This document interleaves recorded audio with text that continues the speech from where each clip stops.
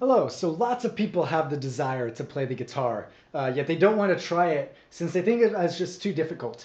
So I'm sure that many would be shocked, though, to hear that you can play a lot of your favorite songs with just four simple chords. Those are the E minor, the D major, the C major, and then the G major chords. So today in this presentation, I'm going to show you how to play these chords and some more common mistakes that beginners make. I know because I was a beginner just 6 months ago. So I'm going to use some of that expertise that I learned from learning and hopefully allow you to play these four chords.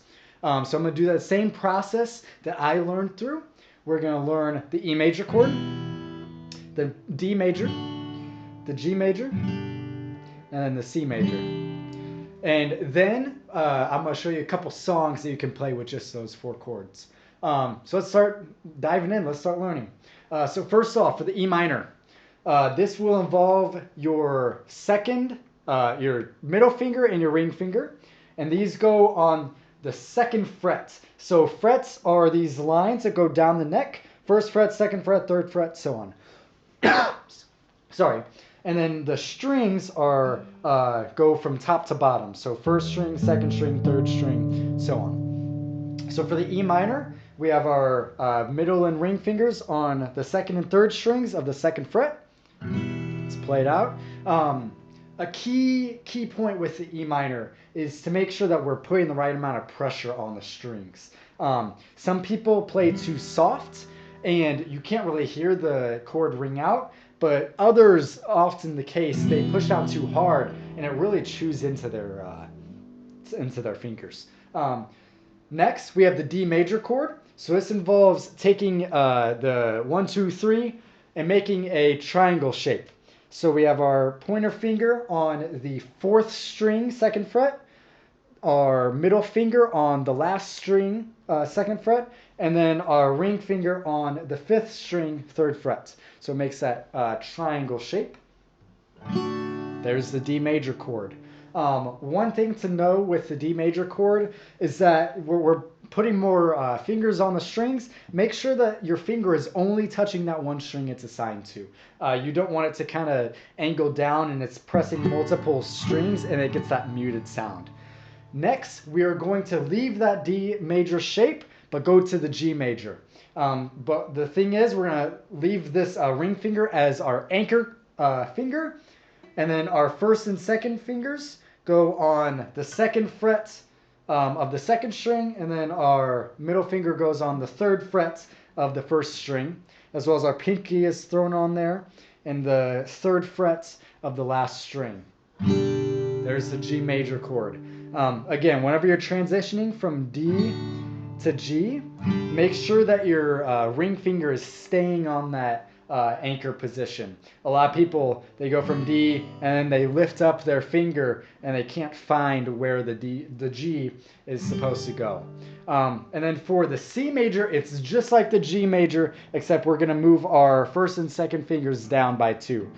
So now these two fingers are using that anchor technique to make sure that we're getting that nice ring out noise of the C major.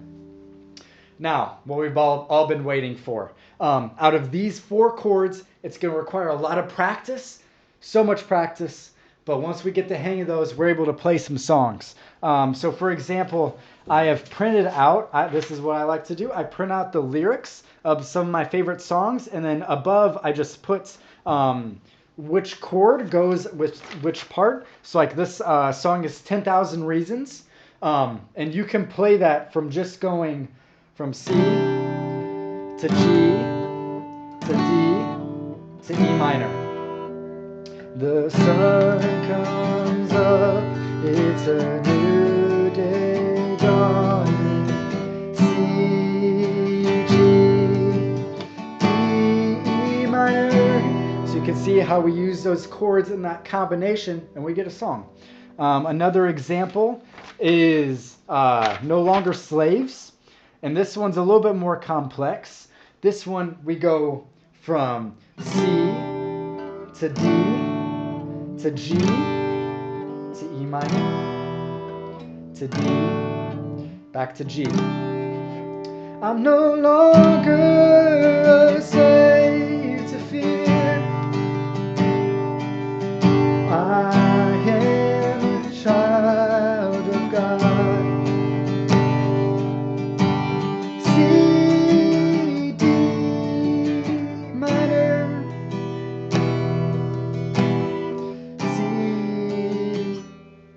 losing track. So yeah, we have that progression, and as we play, you can change those progressions as you get some of your favorite songs. So I hope that listening to this presentation, you were able to get a good understanding of the four major guitar chords that you can learn. Remember, we had the E minor, the D major, the G, and the C, as well as showing a couple of song examples that you can learn with just these four chords. So hopefully you know that you can see what's possible and have realized that it's not too difficult to start learning some of your favorite guitar songs. Thanks.